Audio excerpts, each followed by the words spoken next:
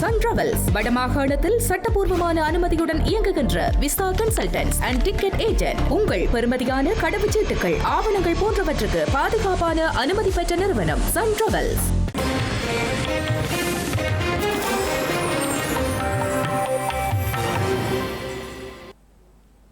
வணக்கம். இது ஐபிசி தமிழின் காலை நேர பிரதான செய்திகள். முதலில் தலைப்புச் செய்திகள். யாழ்ப்பாணம் மற்றும் மட்டக்களப்பிற்கு கொண்டு செல்லப்பட்ட நீர்கொழும்பு கைதிகள் பாதுகாப்பு அதிகரிப்பு. நீர்கொழும்பு சிறை மோதல் விசாரணை மேற்கொள்ள விசேட குழு நியமனம். துப்பாக்கிச்சூட்டை நியாயப்படுத்திய சிறைச்சாலைகள் பதில் ஆணையாளர் கைதிகள் சிறையிலிருந்து தப்பிக்க முயற்சித்ததாகவும் தெரிவிப்பு. மருதங்கணியில் சுவீகரிக்கப்படவுள்ள 25 ஏக்கர் காணி தடுத்து நிறுத்த ஒன்றிணையுமாறு கோரிக்கை. இந்தியாவில் தீவிரமடையும் பருவமழை, கேரளா, குஜராத், மகாராஷ்டிரா மாநிலங்களில் அதிக பாதுகாப்பு. ஈரான் மீது அமெரிக்கா தாக்குதல், 3 எண்ணெய் கப்பல்கள் மீதான தாக்குதல்களுக்கு பதிலடி. இனி விரிவான செய்திகள். நீர்கொழும்பு சிறைச்சாலையில் ஏற்பட்ட மோதல் மற்றும் அதற்கான காரணங்கள் குறித்து விசாரணை மேற்கொள்வதற்காக விசேட விசாரணைக்குழு ஒன்று நியமிக்கப்பட்டுள்ளனர். நீர்கொழும்பு சிறைச்சாலையில் ஏற்பட்ட மோதலில் 6 சிறைச்சாலை அதிகாரிகள் உள்ளிட்ட 27 பேர் உயிரிழந்துள்ளதுடன் 80க்கும் அதிகமானவர்கள் காயமடைந்துள்ளனர். இந்த நிலையில் குறித்த மோதல் சம்பவம் தொடர்பாக அறிக்கை சமர்ப்பிப்பதற்காக அமைச்சரவையின் அங்கீகாரத்துடன் ஜனாதிபதியின் செயலாளர் கலாநிதி நந்திக சனத்குமார் நாயக்கவினால் விசாரணைக்குழு ஒன்று நியமிக்கப்பட்டுள்ளது. ஓய்வு பெற்ற உயர் நீதிமன்ற நீதியரசர் பிரியந்த பெர்னாண்டோவின் தலைமையில் இந்த குழு நியமிக்கப்பட்டுள்ளது. இந்த குழுவின் ஏனைய உறுப்பினர்களாக ஓய்வு பெற்ற மேலதிக சொலிசிட்டர் ஜெனரல் ஜனாதிபதி சட்டத்தரணி மிலிந்த குணதிலகு, ஜனாதிபதி சட்டத்தரணி மொஹான் வீரகுன் ஆகியோர் நியமிக்கப்பட்டுள்ளனர். இந்த விசாரணை குழுவின் அழைப்பாளராக ஜனாதிபதியின் சிரேஷ்ட உதவி செயலாளர் KLD அசில் நியமிக்கப்பட்டுள்ளார். நீர்கொழும்பு சிறைச்சாலையில் ஏற்பட்ட மோதலை தொடர்ந்து அங்கிருந்து 700 கைதிகள் ஒரு சிறைச்சாலைக்கு மாற்றப்பட்ட நிலையில் யாழ்ப்பாணம் மற்றும் மட்டக்களப்பு சிறைச்சாலைக்கு கைதிகள் பலத்த பாதுகாப்புடன் கொண்டு செல்லப்பட்டுள்ளனர். ஸ்ரீலங்கா ராணுவம் மற்றும் விசேட அதிரடிப்படையினரின் பலத்த பாதுகாப்புடன் மட்டக்களப்பு சிறைச்சாலைக்கு 60 கைதிகள் நேற்று செவ்வாய்க்கிழமை மாலை கொண்டு செல்லப்பட்டுள்ளனர். இதனையடுத்து சிறைச்சாலை பகுதியை சுற்றி பாதுகாப்பு பலப்படுத்தப்பட்டுள்ளது. 400 கைதிகள் பராமரிக்கக்கூடிய மட்டக்களப்பு சிறைச்சாலையில் 960 கைதிகள் பல இட நெருக்கடிக்குள் தடுத்து வைக்கப்பட்டுள்ளனர். இந்த நிலையில் நீர்கொழும்பு சிறையிலிருந்து மேலும் 60 கைதிகள் கொண்டு வரப்பட்டதை அடுத்து 1020 கைதிகள் அங்கு தடுத்து வைக்கப்பட்டுள்ளனர். அதேவேளை புலனறுவை சிறைச்சாலைக்கு பலத்த பாதுகாப்புடன் 63 கைதிகள் கொண்டு செல்லப்பட்டுள்ளனர். மேலும் 60 கைதிகள் நேற்று மாலை யாழ்ப்பாணம் சிறைச்சாலைக்கு கொண்டு செல்லப்பட்டுள்ளனர். நீர்கொழும்பு சிறைச்சாலையில் இடம்பெற்ற மோதலின் போது சிறைச்சாலை வாயில் வழியாக துப்பாக்கியால் சுட்ட அதிகாரியின் செயல்களை சிறைச்சாலைகள் பதில் ஆணையாளர் நாயகம் பிரசாத் ஹேமந்தகுமார நியாயப்படுத்தியுள்ளார். ஒரு பேரழிவு தரும் சிறை மீறலை தடுக்கவும், உள்ளே சிக்கியிருந்த சிறை அதிகாரிகளை பாதுகாக்கவும் அந்த அதிகாரி அவ்வாறு செயற்பட்டார் என அவர் குறிப்பிட்டுள்ளார். நீர்கொழும்பு சிறைபோத்தல் தொடர்பாக சமூக ஊடகங்களில் பரவி வரும் காணொலியில் பாதுகாப்பு அதிகாரி ஒருவர் நுழைவாயிலின் ஊடாக துப்பாக்கிச்சூடு நடத்தியது தொடர்பாக விளக்கமளிக்கும் போதே சிறைச்சாலைகள் பதில் ஆணையாளர் நாயகம் பிரசாத் ஹேமந்தகுமார இதனை குறிப்பிட்டுள்ளார். நீர்கொழும்பு சிறைக்குள் இருந்த கைதிகளின் பிரதான பலகையிலான நுழைவாயிலையும் உடைத்துக் கொண்டு தப்பிச் செல்ல முயன்ற போதே அதிகாரிகள் துப்பாக்கிச்சூடு நடத்தியதாக அவர் தெரிவித்துள்ளார். சிறைச்சாலைகளின் பாதுகாப்பு ஒழுங்குமுறைகளின்படி 2 பிரதான நுழைவாயில்கள் காணப்படுவதாகவும் முதலாவதாக இரும்பினாலான நுழைவாயிலும், இரண்டாவதாக பலகையிலான நுழைவாயிலும் காணப்படுவதாக கூறினார். இந்த 2 நுழைவாயில்களுக்கும் இடைப்பட்ட பகுதியிலேயே உடற்பரிசோதனை மற்றும் பொதிகள் பரிசோதனைகளும், இயந்திரங்கள் மற்றும் தொடர்பாடல் வலையமைப்புகள் உள்ளிட்ட பல பெறுமதிமிக்க உபகரணங்கள் வைக்கப்பட்டுள்ளதாக தெரிவித்துள்ளார். வன்முறையின் போது கைதிகள் முதலாவது இரும்பு நுழைவாயிலை முழுமையாக உடைத்துக் கொண்டு பலகையிலான நுழைவாயிலை நோக்கி வந்ததாக தெரிவித்தார்.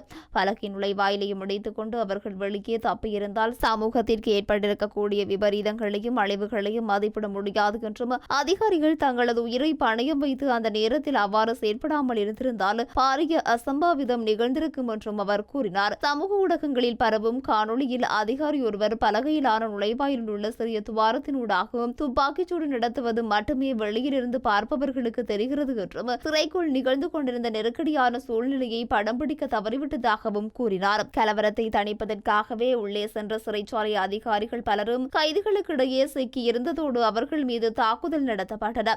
எனவே நிலைமையை கட்டுப்பாட்டுக்குள் கொண்டு வருவதற்காகவே அதிகாரிகள் அந்த பகுதியில் துப்பாக்கிச்சூடு நடத்த வேண்டி ஏற்பட்டது என பதில் சிறைச்சாலை ஆணையாளர் நாயகம் பிரசாத் ஏமந்தகுமார் தெரிவித்துள்ளார்.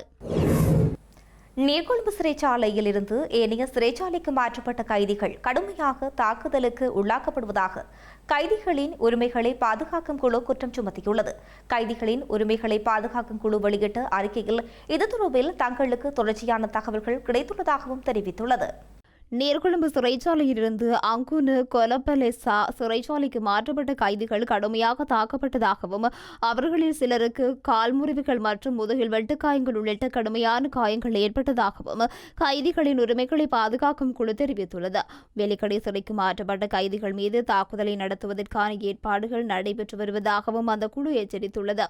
இதுபோன்ற தாக்குதல்களை உடனடியாக தடுத்து நிறுத்தவும் காயமடைந்த கைதிகளுக்கு உடனடியாக மருத்துவ சிகிச்சை கிடைப்பதை உறுதி செய்யுமாறும் அந்த குழு கோரியுள்ளது. அத்துடன் நீர்கொழும்பு சிறையிலிருந்து மாற்றப்பட்ட அனைத்து கைதிகளின் பாதுகாப்பிற்கும் உத்தரவாதம் அளிக்குமாறு கைதிகளின் உரிமைகளை பாதுகாக்கும் குழு வலியுறுத்தியுள்ளது. நீர்கொழும்பு சிறைச்சாலையில் ஏற்பட்ட மோதல் சம்பவத்தை தொடர்ந்து சிறைச்சாலை பாதுகாப்பை வலுப்படுத்த தேவையான உதவிகளை வழங்க தயாராக உள்ளதாக இலங்கையில் உள்ள ஐநா நாடுகள் சபையின் வதிவிட ஒருங்கிணைப்பாளர் மார்க் ஆண்டோ பிரான்ச் தெரிவித்துள்ளார். நீர்கொழும்பு சிறை மோதல் குறித்து இலங்கையில் உள்ள ஐக்கிய நாடுகள் சபையின் வதிவிட ஒருங்கிணைப்பாளர் மார்க் ஆண்ட்ரோ பிரான்ச் தனது ஆழ்ந்த இரங்கலையும் தெரிவித்துள்ளார். நீர்கொழும்பு சிறை மோதல் சம்பவத்தினால் பாதிக்கப்பட்ட குடும்பங்களுக்கு தனது இரங்கலை தெரிவித்துக் கொண்ட இலங்கையில் உள்ள ஐக்கிய நாடுகள் சபையின் வதிவிட ஒருங்கிணைப்பாளர் காயமடைந்தவர்கள் விரைவில் குணமடைக்க பிரார்த்திப்பதாகவும் குறிப்பிட்டுள்ளார். சிறை அதிகாரிகள் அரசுக்கும் பொதுமக்களுக்கும் சேவை செய்வதில் சவாலான மற்றும் கடினமான கடமைகளை மேற்கொள்கின்றார்கள் என சுட்டிக்காட்டியுள்ள அவர் அவர்களின் இழப்பு ஆழமாக உணரப்படுவதாகவும் கூறியுள்ளார். சம்பவத்தில் பாதிக்கப்பட்ட கைதிகள் அரசின் பராமரிப்பு மற்றும் பாதுகாப்பின் கீழ் இருந்தவர்கள் என்பதால் சிறைச்சாலை அமைப்பில் பணிபுரியும் அதிகாரிகள் மற்றும் கைதிகள் ஆகிய இரு தரப்பினருமே கூடுதல் பாதுகாப்பிற்கு உரித்துடையவர்கள் என்றும் அந்த பாதுகாப்பை உறுதிப்படுத்துவது அரசின் அடிப்படை பொறுப்பாகும் என்றும் அவர் வலியுறுத்தியுள்ளார். இலங்கையின் சிறைச்சாலை அமைப்புக்குள் தொடர்ச்சியாக முதலீடுகளை மேற்கொள்வதன் அவசியத்தை இந்த சம்பவம் உணர்த்தியிருப்பதாக குறிப்பிட்டுள்ள வதிவிட ஒருங்கிணைப்பாளர் சிறைச்சாலைகளில் காணப்படும் அதிகளவிலான நெருக்கடி, காலாவதியான நடைமுறைகள் மற்றும் தடுப்பு காவல் நிலைகளில் உள்ள வசதி குறைபாடுகள் பெரும் சவால்களாகும் என்றும் தெரிவித்துள்ளார். மேலும் சம்பவம் குறித்து விசாரிப்பதற்காக சுயாதீன குழு ஒன்று நிறுவப்பட்டதையும் அந்த குழுவினால் முன்வைக்கப்படும் பரிந்துரைகளை அரசாங்கம் நடைமுறைப்படுத்த வேண்டும் என்றும் வலியுறுத்தியுள்ளார். சிறைச்சாலை பாதுகாப்பை வலுப்படுத்துதல், தடுப்பு காவல் வசதிகளை மேம்படுத்துதல் மற்றும் சிறைச்சாலை ஊழியர்களின் நலனை உயர்த்துதல் ஆகியவற்றிற்காக தொழில்நுட்ப ஒத்துழைப்புகள் உள்ளிட்ட தொடர்ச்சியான ஆதரவை இலங்கைக்கு வழங்க தயாராக இருப்பதாக அவர் கூறியுள்ளார். இலங்கையின் அரசு வருமான கட்டமைப்பை நவீனமயமாக்கும் நோக்கில் ஜனாதிபதி செயலகத்தின் நேரடி மேற்பார்வையின் கீழ் இயங்கும் அரசு வருமான நிர்வாக சீர்திருத்தங்கள் மற்றும் நவீனமயமாக்கல் பிரிவுக்கு சர்வதேச நாணய நிதியத்துக்கும் இடையிலான விசேட கலந்துரையாடல் ஒன்று இடம்பெற்றுள்ளது. ஜனாதிபதியின் செயலாளர் நந்திக சனத் குமரநாயக்கவின் தலைமையில் அண்மையில் ஜனாதிபதி அலுவலகத்தில் இந்த கலந்துரையாடல் நடைபெற்றுள்ளது.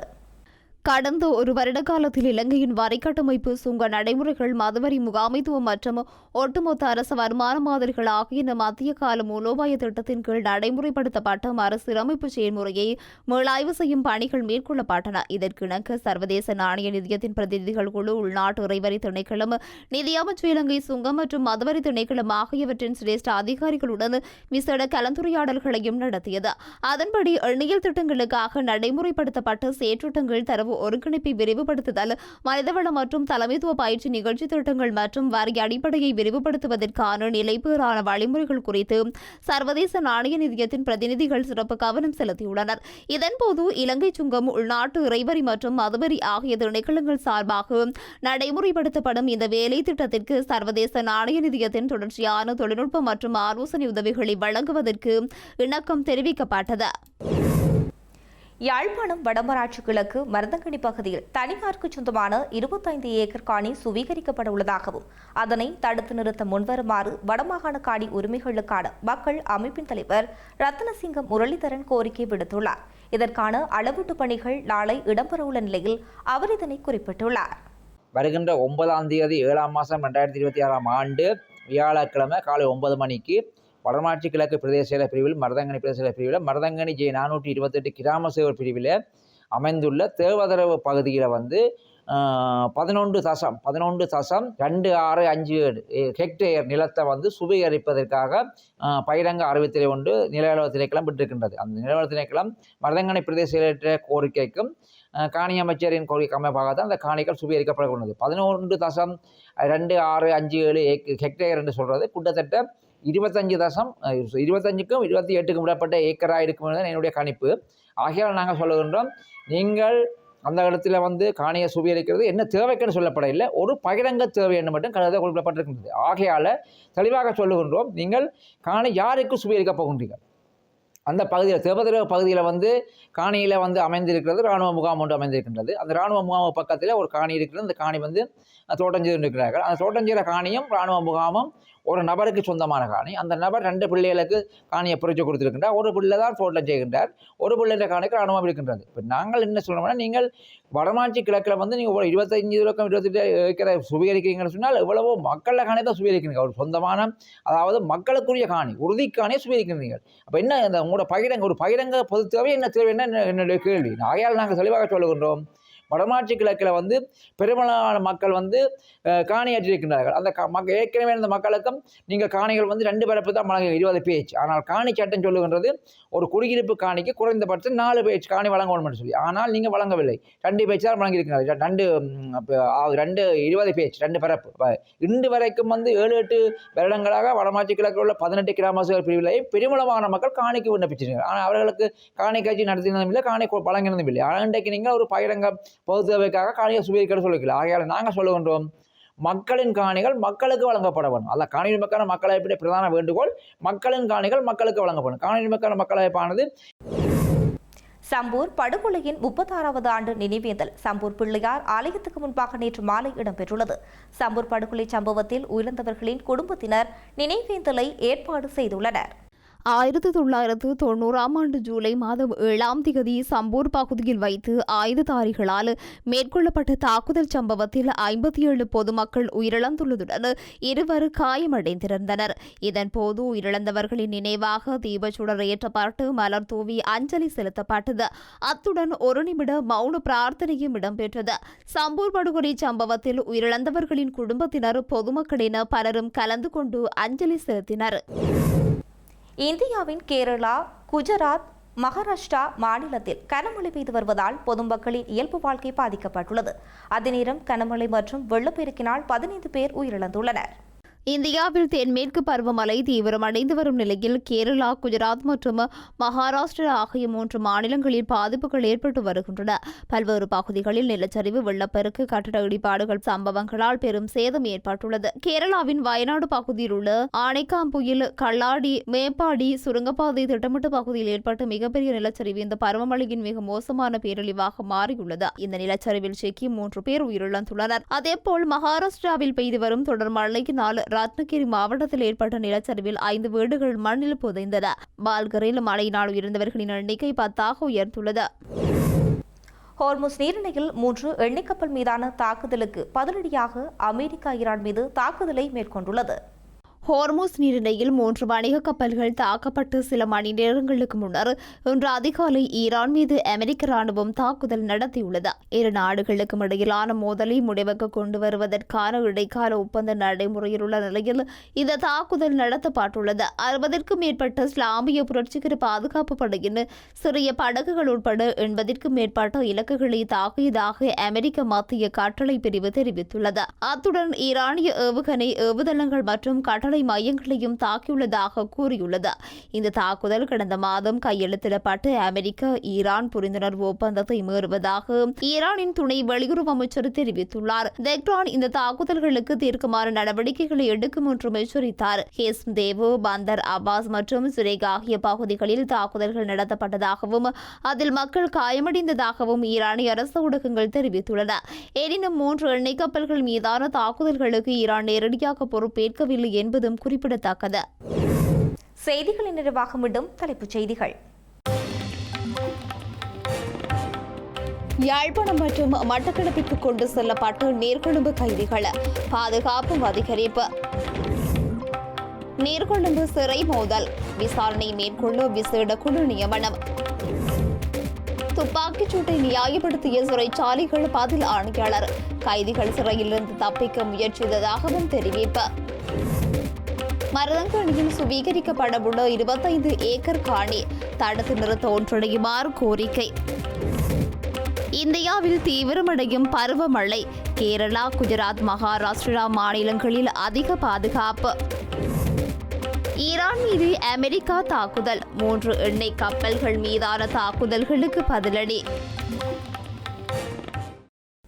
இத்துடன் ஐபிசி தமிழின் காலை நேர பிரதான செய்திகள் நிறைவு பெற்றன. உடனுக்குடன் செய்திகளை அறிந்து கொள்ள ibctamil.com என்ற எமது இணையதளத்தை பார்வையிடுங்கள். வணக்கம்.